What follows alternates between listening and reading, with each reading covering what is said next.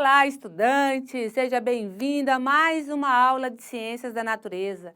Essa aula é destinada a você que está cursando aí a terceira etapa do ensino médio, primeiro semestre, módulo 1 da unidade 1. Hoje eu trouxe para nós estudarmos aqui juntamente esse tema aqui, ó. Vem comigo, olha só. Atomismo, parte 1. Uai, Rose, mas por que eu vou falar do atomismo, parte 1? Tem mais do que uma parte? Sim, tem mais do que uma parte, né?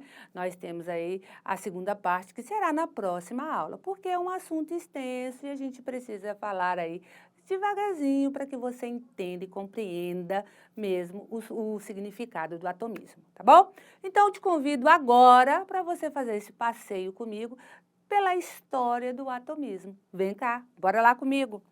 Olha só, aspectos históricos sobre os átomos, né? Então, nós vamos falar dos átomos, desde lá da história antiga até nos dias atuais.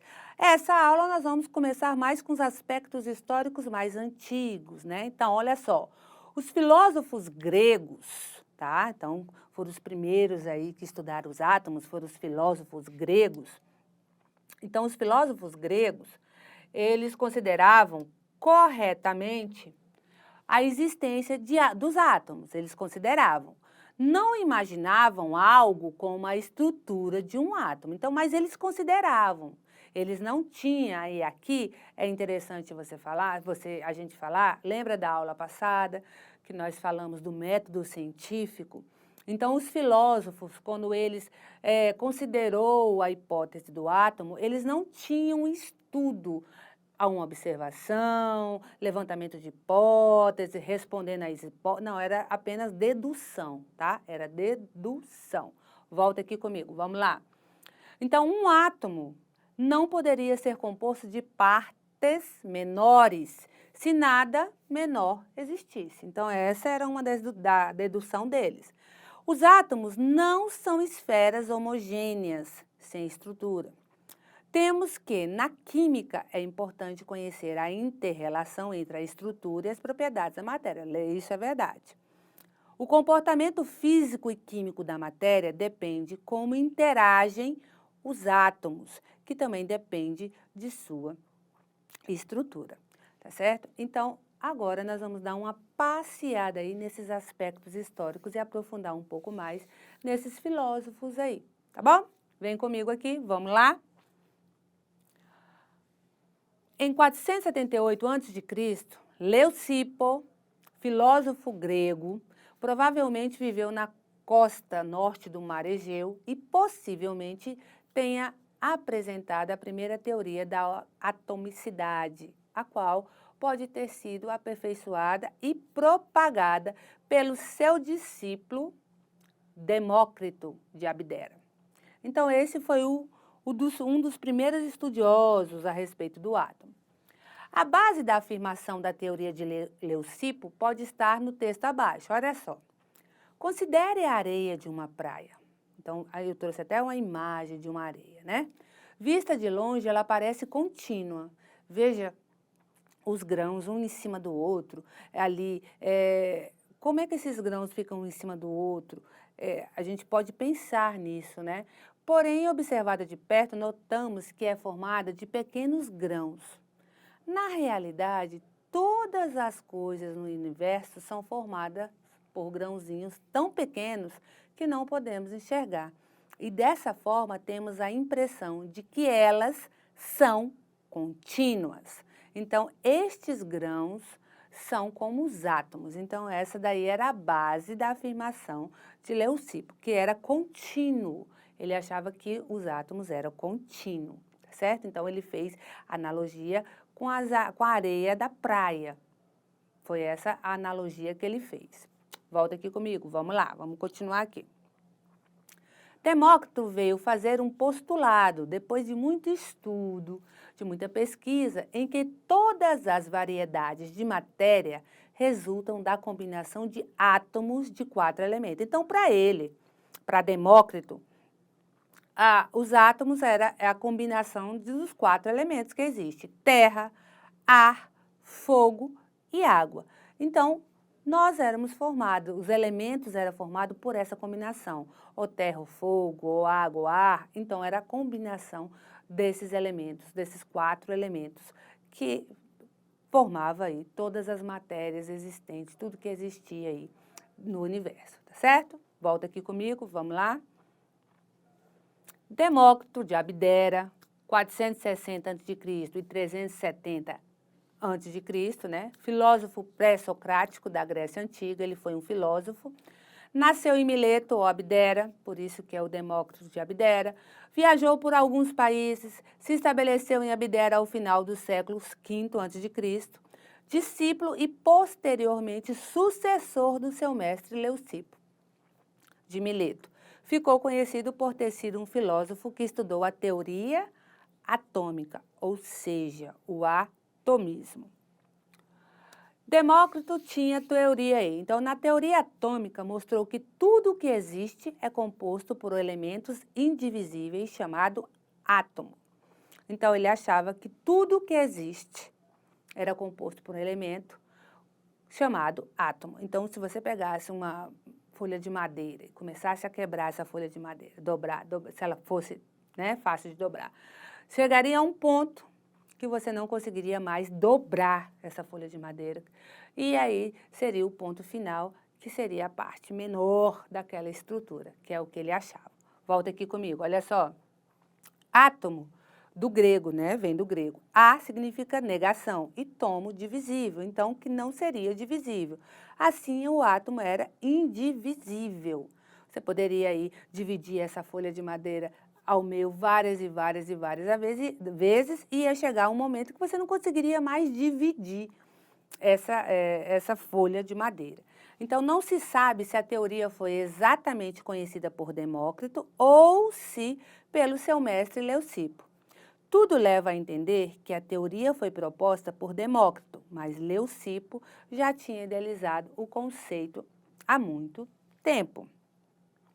E aí chegamos Leucipo de Abdera, século V a.C., filósofo grego do período pré-socrático também, considerado mestre de Demócrito de Abdera. Segundo a tese de Aristóteles, era o criador do atomismo, ao relatar que uma matéria pode ser dividida até que chegasse em uma pequena partícula indivisível, o átomo, que essa foi a consideração dele, né? Não se conhece a sua origem, contudo, é provável que tenha nascido em Mileto, na Ásia Menor, mudando-se aí para Abdera. E aí, Demócrito, a partir dessa ideia de Leucipo, tomou o postulado dele, dizendo que o átomo era indivisível, não poderia dividi-lo ao meio. Então, Leucipo já tinha outra ideia. Com o passar do tempo, Demócrito já teve outra visão sobre a teoria de Leucipo, certo? Volta aqui, vamos lá com a gente. Bem, as referências desse estudo aqui, foi aqui, ó, de onde a gente tirou. Deixa eu voltar aqui. Foi aqui da onde a gente tirou. Bem, então, o que a gente viu hoje? Nós vimos os filósofos gregos. Rose, a teoria deles era baseada em quê?